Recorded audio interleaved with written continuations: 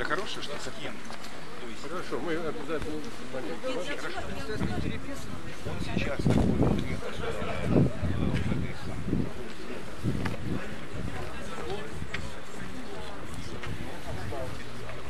какую-то машину.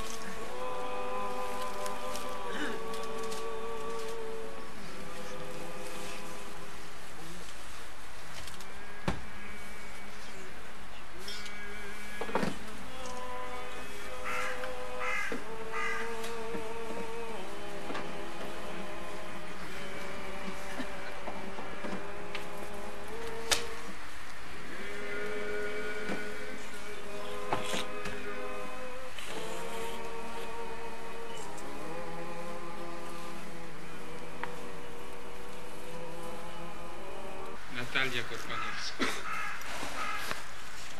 Ton noble visage a do notre mémoire le droit des cités. Wasze szlachetne twarze mają obywatelstwa prawo w mych marzeniach. Наталья Горбаневская – это лицо в трех ипостасях. И ваши благородные слова, и ваш благородный образ останутся для нас на память. En paraphrasant le célèbre vers de Mickiewicz adressé à ses amis de Moscou, je voudrais souligner la place désormais historique de Natalia Gorbanevskaya au premier rang de ceux qui ont œuvré pour l'amitié entre les nations polonaises et russes. Parafrazując słynny wiersz Mickiewicza do przyjaciół Moskali, chciałbym podkreślić miejsce, od dzisiaj już historyczne, Natalii Gorbaniewskiej w pierwszym rzędzie tych, którzy pracowali dla przyjaźni między narodem polskim i rosyjskim. Фразируя стихотворение Адама Мицкевича к друзьям москалям, я хотел бы подчеркнуть это место уже историческое.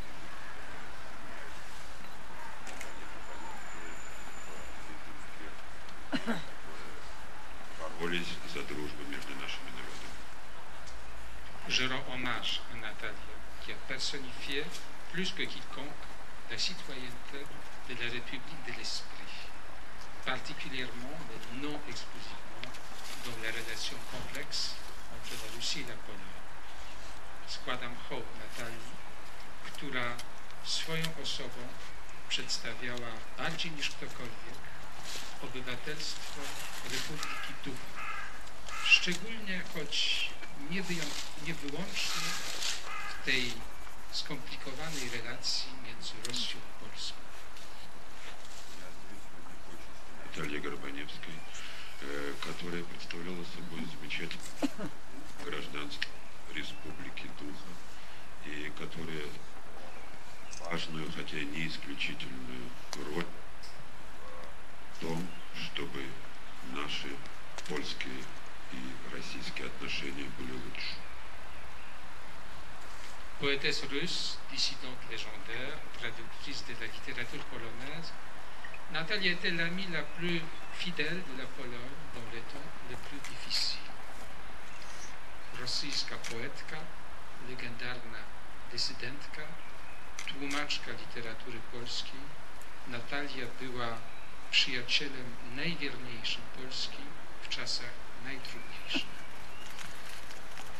Замечательная поэтическая диссидентка, переводчица польской литературы. Наталья всегда была верным другом Польши в самые трудные ее времена. Personne ne l'a surpassé dans l'effort de vaincre l'ignorance et les stéréotypes qui obscurcissent le regard mutuel des Polonais et des Russes. Nikt jej nie dorównywał w wyjątkowym zwalczaniu niewiedzy, ignorancji i stereotypów, które zaciemniają wzajemne widzenie Polaków i Rosjan. Никто не мог сравниться с ней в борьбе против стереотипов, против невежества и просто незнания, которое затемняет польско-русские отношения.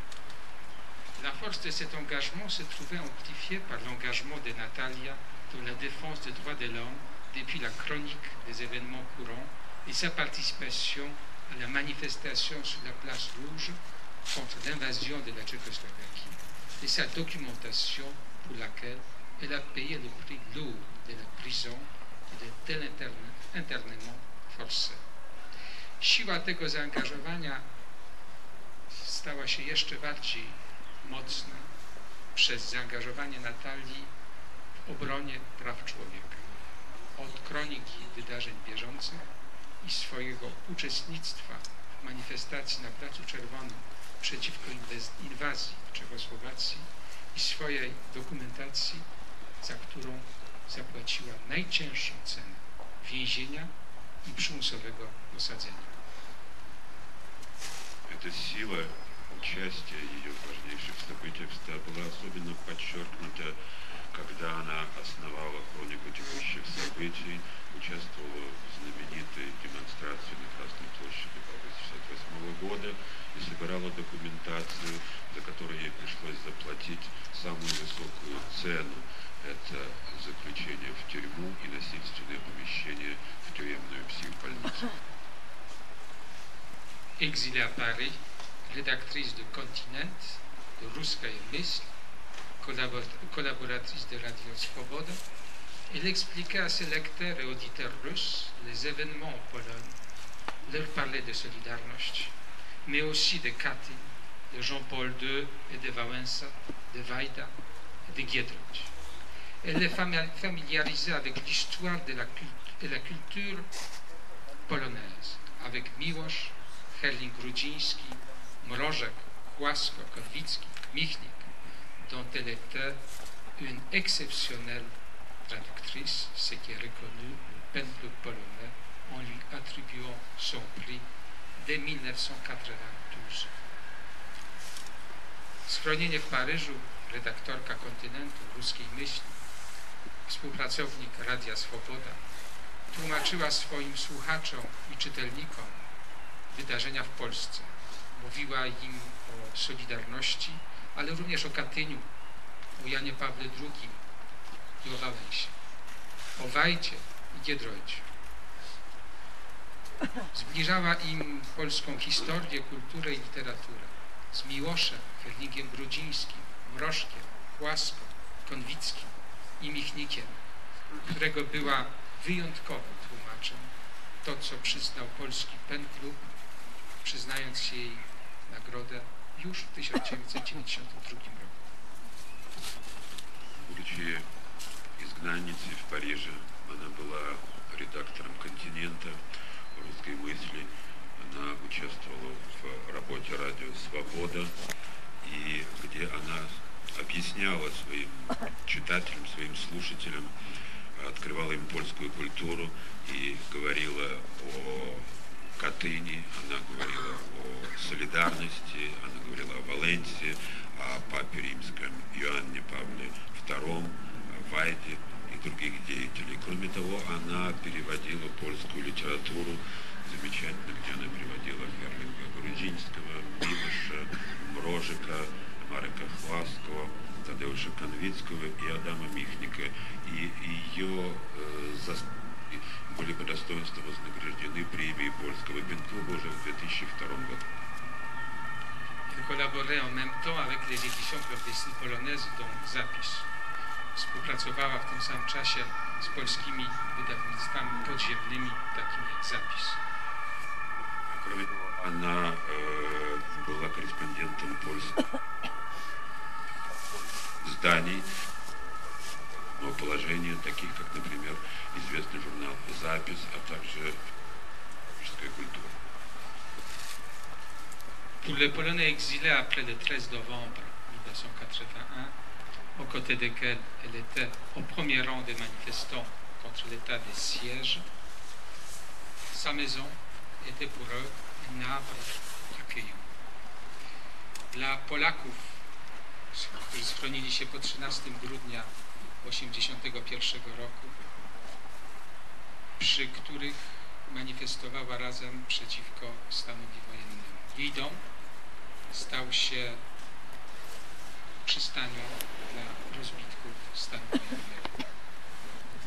Для тех поляков, которые оказались выброшенными из страны после введения военного положения в Польше 13 декабря 1981 года, для тех, с которыми Наталья выходила на демонстрации против военного положения, ее дом стал приютом для всех обездоленных и потерпевших кораблекрушения, которым было военное положение.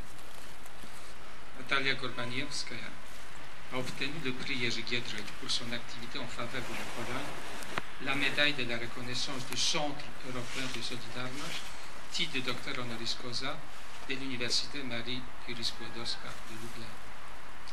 Citoyenne polonaise du cœur, elle a obtenu aussi en 2005 la nationalité polonaise. Natalia Gorbaniewska otrzymała nagrodę Jerzego Giedroycia za swoje zasługi na rzecz Polski, medal wdzięczności Centrum Europejskiego Solidarności, tytuł doktora honoris causa Uniwersytetu Marii Curie-Skłodowskiej w Lublinie. Obywatelka polska sercem otrzymała w roku 2005 obywatelstwo Rzeczypospolitej Polskiej. Наталья Горбаневская получила премию Ежи Гедройча за свою литературную деятельность, премию Европейского центра солидарности, а также стала доктором хонорис кауза Университета Марии Кюри в Люблине. Кроме того, в 2005 году ей было присуждено польское гражданство.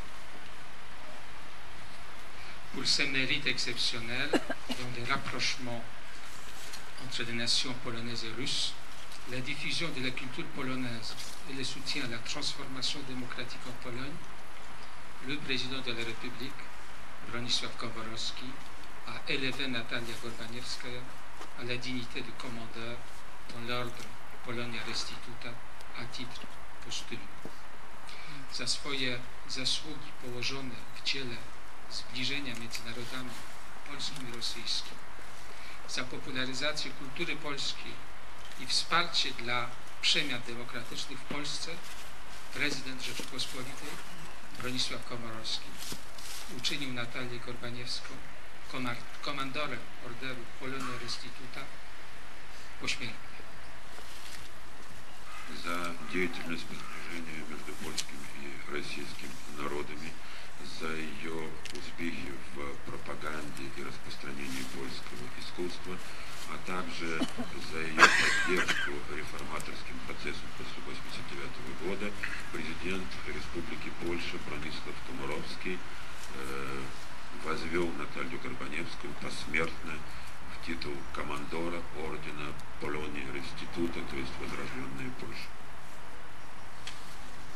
Permettez-moi de marquer cet instant par une prière à l'intention de Natalia, une prière qui nous est commune, Russes et Polonais. Сейчас я хотел бы закончить для нас, для русских и для поляков. Отче наш, сущий на небесах, да святится имя Твое, да придет Царствие Твое, да будет воля Твоя и на земле, как в небе. Хлеб нас насущный дай нам на сей день, и прости нам долги наши, как и мы прощаем должникам нашим. И не введи нас в искушение, но избавь нас от лукавого.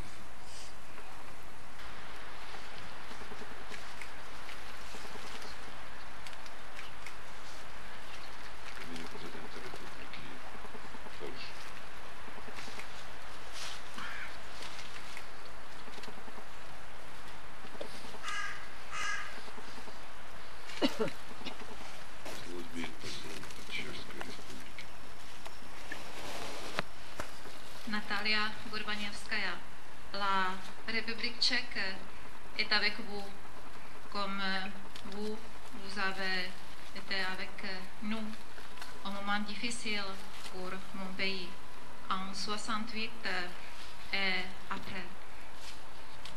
Наталья Горбаневская, Чешская Республика, сейчас с вами, так же, как вы были с нами в трудные моменты нашей страны в августе 1968 года. Le président de la République, le président du Sénat, le premier ministre et le ministre des Affaires étrangères m'ont demandé de transmettre le message à la famille, le message écrit que je vais transmettre après. Et je me suis permis de faire un petit extrait de tous ces messages. Президент республики, председатель парламента, председатель сената попросили меня передать от них сообщения, которые я сейчас вам зачитаю. Natalia Gorbaněvská a été en octobre cette année à Prague et ils l'ont rencontré tous. Наталья Горбаневская была в октябре этого года в Праге и их всех встретил.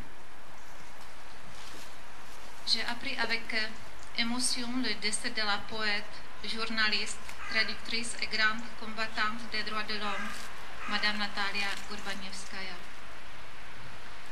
И мы сейчас отдаем почести замечательной переводчице и замечательному борцу за права человека Наталье Горбаневской. J'estime beaucoup votre mère qui, restant inébranlable dans ses convictions, consacrait toute sa vie à la lutte pour la liberté et des droits de l'homme. Обращаясь к ее детям, я хочу сказать, что мы восхищаемся вашей матерью и ее несокрушимостью в борьбе за свободу и права человека. Par son désaccord avec l'occupation de la Tchécoslovaquie en 1968, elle a montré un grand courage. Чтобы проявить свой протест против оккупации Чехословакии в 1968 году, она проявила огромное мужество. Elle n'a cessé d'être pour mon pays un support moral pendant toute la période difficile. Во время всего этого трудного периода она служила для моего народа моральной поддержкой. J'ai eu l'honneur de rencontrer Madame Gorbaněvská personnellement. Elle méritait ma plus haute admiration pour son enthousiasme et sa persévérance dans la défense des droits de l'homme. Я имела честь знать госпожу Горбаневскую лично, и она поразила меня своим энтузиазмом и упорством в борьбе за идеал. Son acte héroïque ne sera jamais oublié par les citoyens de la République tchèque. Ее героический поступок никогда не будет забыт гражданами Чешской Республики. Elle était un vrai combattant pour notre et votre liberté, une femme qui irradiait d'énergie son environnement. Она была подлинным борцом за нашу и вашу свободу. Это была женщина, которая излучала энергию и мужество. По-русски. Примите, пожалуйста, наши искренние соболезнования по поводу смерти госпожи Натальи Горбаněvské, которая для нашей страны навсегда останется символом героизма, личного мужества и непоколебимого характера. Верная память, честь и памятce.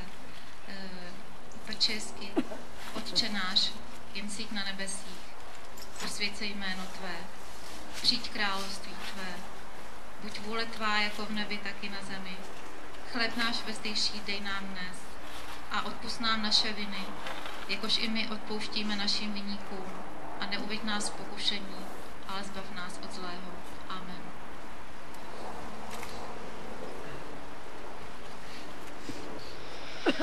Nous avons presque plus de temps, il nous reste 10 minutes. Je vais passer la parole à Thierry Bolton qui a quelque chose à dire. Et après, si tous ceux qui ne pourront pas le dire viendront chez nous, ils pourront le dire chez nous. Voilà, il n'y a pas le temps pour tout faire. Alors, donnez-moi de prendre la parole. Chers amis, je voulais simplement vous expliquer pourquoi on se trouve ici même dans ce cimetière, ça évidemment pour enterrer Natalia, mais dans cette tombe précisément. Quand Yaroslav m'a appelé samedi pour me demander si je pouvais éventuellement l'aider pour trouver une place au cimetière du Montparnasse, si j'avais un politicien dans ma poche qui éventuellement pourrait lui faciliter la chose, j'ai immédiatement dit, mais tu n'as pas besoin de chercher, j'ai une place, moi, si je puis dire, au Père-Lachaise. Cette place, c'est celle-ci. C'est celle qui a occupé qui occupe ma femme, excusez-moi, qui s'appelait Natalia Djoujeva, qui était la meilleure amie de Natalia Gorbanevskaya. Et pour vous le prouver, si je puis dire, je vais vous lire un texte que Natalia Gorbanevskaya a écrit sur Natalia Djoujeva à sa mort, texte qui est paru le 1er juin 1990. C'est-à-dire quelques jours après la mort de Natalia Djoujeva, où elle explique justement ses liens d'amitié avec Natalia Djoujeva. Excusez-moi de mon émotion éventuelle, tout ça n'est pas évident, évidemment, comme vous en doutez. Les plaies ne sont jamais tout à fait fermées, même si, évidemment, il y a presque un quart de siècle qui sont passés, et même si la vie a continué, et la vie pour moi a continué, elle m'a particulièrement gâté, mais ça reste quand même assez douloureux. Donc voici quelques extraits, textes de Natalia Gorbanevskaya. Dans ma tête résonne obsessionnellement « Ce n'est pas possible puisque tu es toujours là ». C'est une parole de Anna Akhmatova. On peut s'étonner de ce toujours, mais pour moi, ce toujours, c'est presque toute ma vie en immigration, de notre première rencontre par hasard sur un quai de la Seine durant l'été 76, puis sans hasard cette fois, dans le groupe Vladimir, créé après l'échange Boukovski-Korvalan afin de s'occuper des prisonniers politiques de la prison Vladimir. De la date de notre amitié, elle est, je ne peux pas m'empêcher de dire encore, je ne peux pas le dire encore, était la personne la plus proche de moi. Seuls des amis de jeunesse ont ce privilège. Pourtant, j'avais déjà 40 ans lorsque nous nous sommes rencontrés.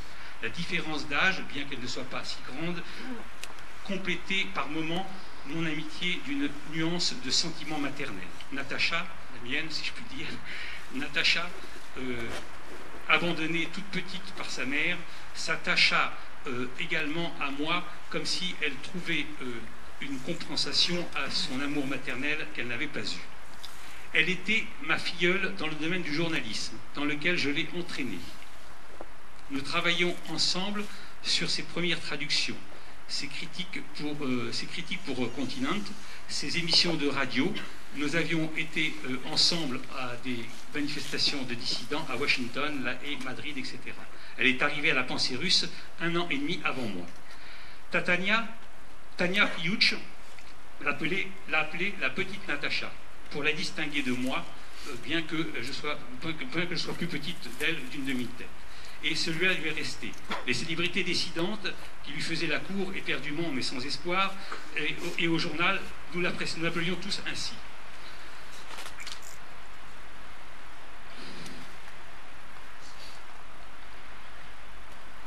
La petite Natacha, sans être une critique littéraire professionnelle, fit l'une des meilleures analyses de mes vers, peut-être la plus profonde. Elle ouvre la parenthèse, la meilleure critique n'est pas celle qui me loue, mais celle par laquelle j'apprends sur moi-même de nouveau.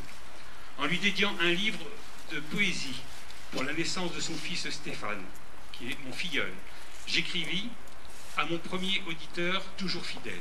L'auditeur est celui sur lequel on a écrit des vers célèbres. Lecteur, conseiller, médecin, aussi Pandelstam. Celui qui manque celui qui manque à l'immigrant extérieur, mais plus encore peut-être qu'à l'immigré intérieur, celui qui n'écoute pas simplement, mais qui sait, et ce qui est ici très rare, vous écoutez. Voilà, c'est ce qui avait été écrit. Je pense que c'est le meilleur hommage qu'on puisse rendre à la réunion de ces deux femmes qui s'aimaient d'amitié très forte.